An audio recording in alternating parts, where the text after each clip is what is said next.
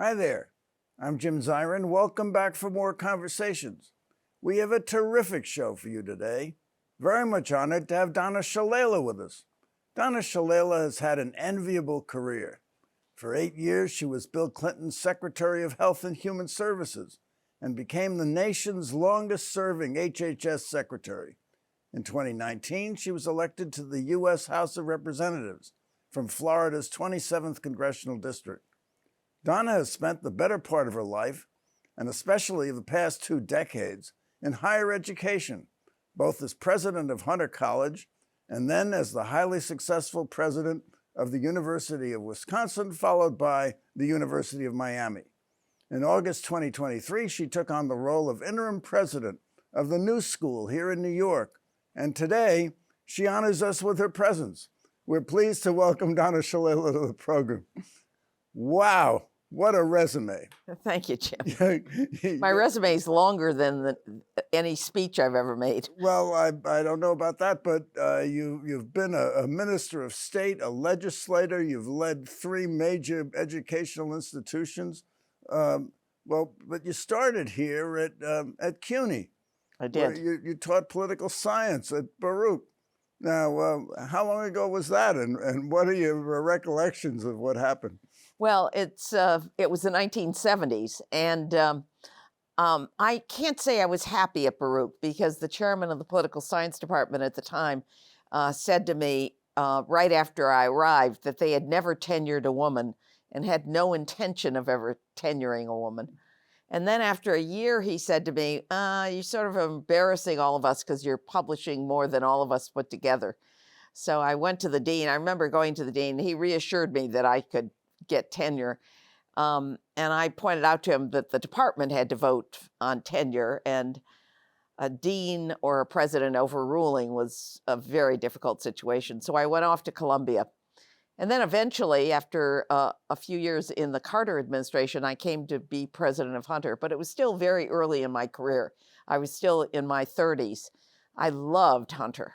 What an extraordinary institution it was. And I spent 7-8 years there before I went on to Wisconsin.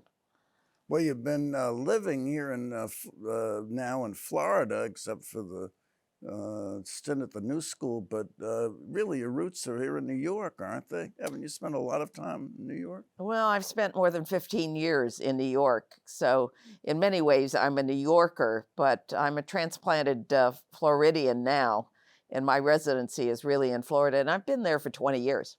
Well, many New Yorkers have transplanted their residency to Florida, so it's certainly a nice place to live.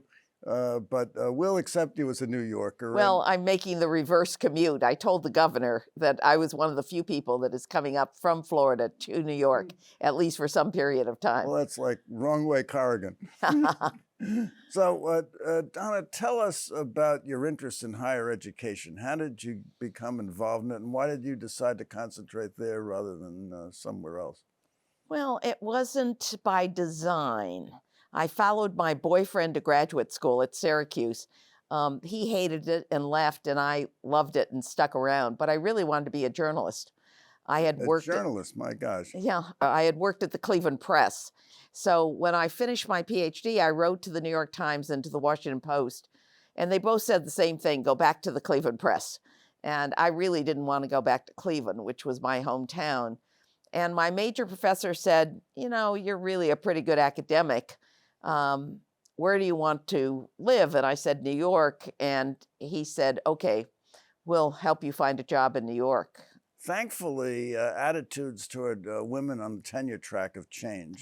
Dramatically. In fact, there was a huge settlement at CUNY, as you probably know. And I actually got some money since I was one of the expert witnesses in that case. But I gave the money to the CUNY Women's Studies program.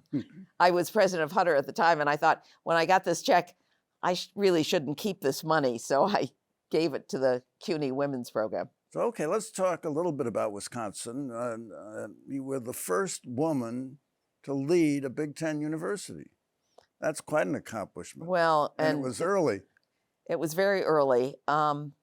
There's no question that those big Midwestern and Western universities are extraordinary research universities. They've got agricultural colleges, they've got world-class science. I would probably still be at Wisconsin if Bill Clinton hadn't twisted my arm. It was a wonderful opportunity for me. I loved teaching there. I loved leading the university. It was complex, but it was clearly world-class. Well, even there, you were way out in front of an issue that continues to dog us today, and that's free speech on campus. Yeah. And particularly with regard to hate speech. Maybe you'd like to talk a little bit about that. Well, we tried to figure out a way in which we could have a student code of conduct that covered hate speech. Unfortunately, the Supreme Court said that hate speech, for the most part, was covered by the Constitution. So there wasn't, we still haven't figured out a way to deal with hate speech. I mean, you can, there's a narrower way that you can do it if someone yells fire and people get hurt or something like that. But fire in a theater, I think. Fire in a theater, exactly. Now you're talking my language. Yeah. But, you know, we were trying to find a way to get civility, more civility. And it wasn't just about anti-Semitism, it was really about racism as well. And the great lawyers at the University of Wisconsin Law School thought there might have been a way to do it. It turned out that there was not. And I'm a free speech person. I mean, there's no question about that. Unless there's a narrow way in which hate speech, which literally changes behavior. It's really a kind of harassment and bullying when it's used that way. But it's very difficult. It's very difficult to do it under the law. But civility on campus, tolerance for different points of view, that's what we have to continue to work on in higher education. Well, in Canada, hate speech is illegal. And in Germany, hate speech is illegal. Our Constitution is pretty strong about the freedom of expression. Freedom for ideas we hate. So what you may think is hate speech might be something I don't hate so much. Exactly. Now, we have this controversy about college administrations inviting speakers to campus. And do you think they should try to regulate which speakers come, and then giving regard to the problems of security and if they bring in controversial speakers? I don't. I've never had a speaker interrupted. I've had controversial speakers on campus, but we've always been able to negotiate with both sides about behavior in relation to that speaker. It takes a lot of delicate negotiations, but also it's a teachable moment for the students, and I think it's very important. I did institute at Hunter the Farrakhan rule, and that is Minister Farrakhan, who is anti-Semitic and let alone all the other things that he is, when he comes on a campus, he doesn't want to take questions. So the Farrakhan rule is no one gets to campus unless they're prepared to take questions from the students in particular. And that was the only way I could keep Minister Farrakhan off of any campus that I've been on. Now, when you were at Wisconsin, and about when was this? Oh, I was at Wisconsin from 1987 to 1993. Okay, so when you were at Wisconsin, a federal judge said that your speech code was unconstitutional. Yes. So did that change your behavior in any way, or your attitude? No, it didn't. It didn't. It just meant that we had to work harder on campus. But I literally have never had a speaker that had to walk off the stage because they were interrupted. But you have to work very hard at that. And in this atmosphere, with this kind of polarization, it obviously is 10 times as hard as it ever has been. But you have to have a lot of help from the faculty. This is not about the administration. This is really about faculty members and what role they want to play in really helping to navigate and to teach the students that it's important that they listen to different points of view, things that they may not believe that they're interested in. And there are other informal ways of bringing different groups together. Okay, so Bill Clinton comes along, twists your arm, says you don't have to worry about hate speech anymore. Come into my cabinet. Then what happened? Well, I did get confirmed very easily. The day after Bill Clinton was sworn in, I got confirmed. So it wasn't, we didn't have the kind of polarization. I got lots of Republican votes, all except one, I think, during that time. So it was a pretty smooth entry into government. Now, I had been in government before. I had worked with state government when I was part of the big MAC group that saved New York City in 1975. I was in the Carter administration as Assistant Secretary for HUD. So I sort of knew how government agencies were organized, but I found it easy because I had run a big research university. There's nothing much difference when you conceptualize how you run a big government agency. I had the CDC and the FDA and Social Security and all these big, and the National Institutes of Health, and they had strong leaders, just like having a bunch of deans who think they run the world. And it was a matter of getting them to work together as a team. Well, Bill Clinton, for the first 2 years of his presidency, had a Democratic Congress. We did. And then for the rest of his presidency, which was the next 6 years, it was a Republican Congress. Right. And that must have created a problem for you. Well, it meant that you had to do everything in a bipartisan way. And his instinct was to do everything in a bipartisan way. He had worked with Republicans before as a governor, and he had a pretty good working relationship with Republicans. They were willing to do certain kinds of things. We doubled the NIH budget, for example. We reformed welfare. I mean, we did a whole bunch of things. We extended child care. We added health care to Head Start. I mean, we reformed the Medicare program. So there were a number of things that we were able to get through. I had a good relationship with Republicans. I played tennis with the chair of the Appropriations Committee, the senator from Alaska, and Newt Gingrich? no, but I had a decent relationship with Newt. Newt Gingrich. But just a working relationship with him. But I knew a number of the Republicans, and my view was that I was confirmed by Republicans and Democrats, and that I could work with both of them. Now, the welfare bill was a compromise, wasn't it? It was a compromise, not a compromise I loved, but Bill Clinton assured me that we could make some changes second term, so I stuck around second term. We did indeed modify it and make some changes. Wasn't there a rider, no sex education in the schools? There were always riders related to sex education. There were always people that wanted us only to do abstinence.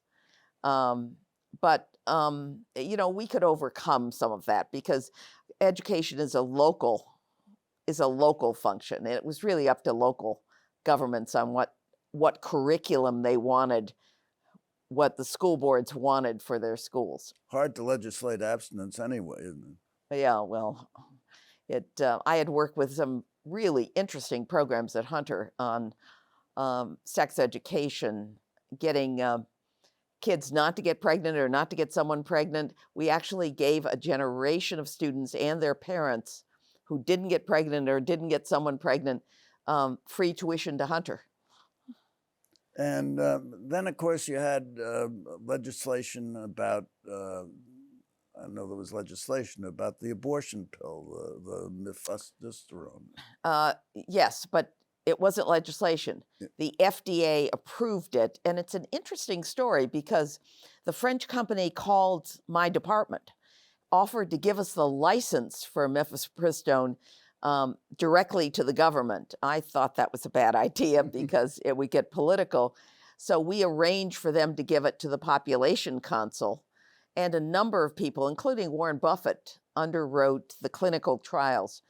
It was going to come back to us, to FDA, and I built a wall, I remember, around FDA and said, do not take any phone calls from the Congress, do not take any phone calls from the White House, just do your scientific job. And the commissioner at that time of the FDA, Jane Haney, Dr. Jane Haney, really did follow that dictum, and it was totally kept out of politics. It was approved in 2000, if I remember correctly. It had been used in Europe extensively for a number of years. The French Isn't company it used in conjunction with another drug? Yes, but the French company did not want to touch it. Their leadership was Catholic and they wanted nothing to do with it. They had enough problems with the French government that insisted they make it available. And that's why they gave the United States, wanted to give us the license free. I didn't know anything about French politics. And I was trying to figure out why they wanted to give it to us free. So I called the only person I knew about French politics, Felix Ratton, the great leader of Laissez-faire, who had been the chairman of Big Mac, and I had known him forever. And I called Felix up, and he explained to me that they were all Catholic. They were close to the Cardinal of Paris and close to the Pope, and they just wanted to get rid of it. Once I knew that, then I knew that we had to keep it out of politics, at least out of government politics, and protect our right to approve it or not to approve it through the FDA process. And that's when the license went directly to the Population Council. So it was good advice, and Felix went on to become ambassador to France. He did. And everybody laughs when I tell them that story about the idea of Felix being involved in abortion politics. Not really, but he taught me enough about what was going on in France so that we could make a decision on whether or not we were going to take the license. Now, the controversy over it persists to this day because it's ridiculous. It's been used effectively and safely for over 2 decades. It's safer than Tylenol. Safer than Tylenol. Safer than Tylenol, and frankly, it's been reviewed 6 or 7 times. Every time a Congress asks for a review, the FDA or outside scientific groups do a review. It is a very safe couple of drugs that are used, and half of the abortions now in this country are done medically. Done medically without surgery. Without surgery. Without an invasive procedure. Exactly. Now, it only works, though, for roughly the first trimester, isn't that right? No, a little bit more than the first trimester. A little more than the first trimester. A little more than the first trimester. I'm not a doctor, so, but it's been approved over and over again. I mean, there's no controversy from that point of view. From the point of view of the anti-abortion forces, of course, they've brought a court case in this regard, but it's a very safe drug. The court case is going to the Supreme Court. I mean, they're going to hear. It's already there. They said that it's legal for the time being, but they're going to review it. They're going to review it. But for them to overturn a decision, a scientific decision by the FDA, would be an unbelievable precedent that the courts could interfere in an FDA decision puts every drug at risk. And I think that every pharmaceutical company is shaking in their boots at the idea of a court being able to intervene in a scientific decision about safety. But I always thought that overruling Roe v. Wade was an unbelievable precedent. Well, it was. There's no question about that. And but Roe v. Wade was not approved by the FDA. This is the case of the great scientific agency that protects all of us and protects the drugs that we take being overruled by the courts. But they've raised questions about deference to the administrative agencies, so who knows what they're going to do. It's a very conservative court. It's a conservative court, but in this area, they better be very careful. Well, I'm sure they want to be careful. They just adopted a code of ethics for themselves, which they haven't had in the past. Which is past. Very similar to their own internal rules. Now, what goes into a good HHS secretary? You've served longer than anyone else in history. I think experience in management helps. A relationship with the president helps a lot. It's hard to be a cabinet secretary if you don't have a previous relationship with the president.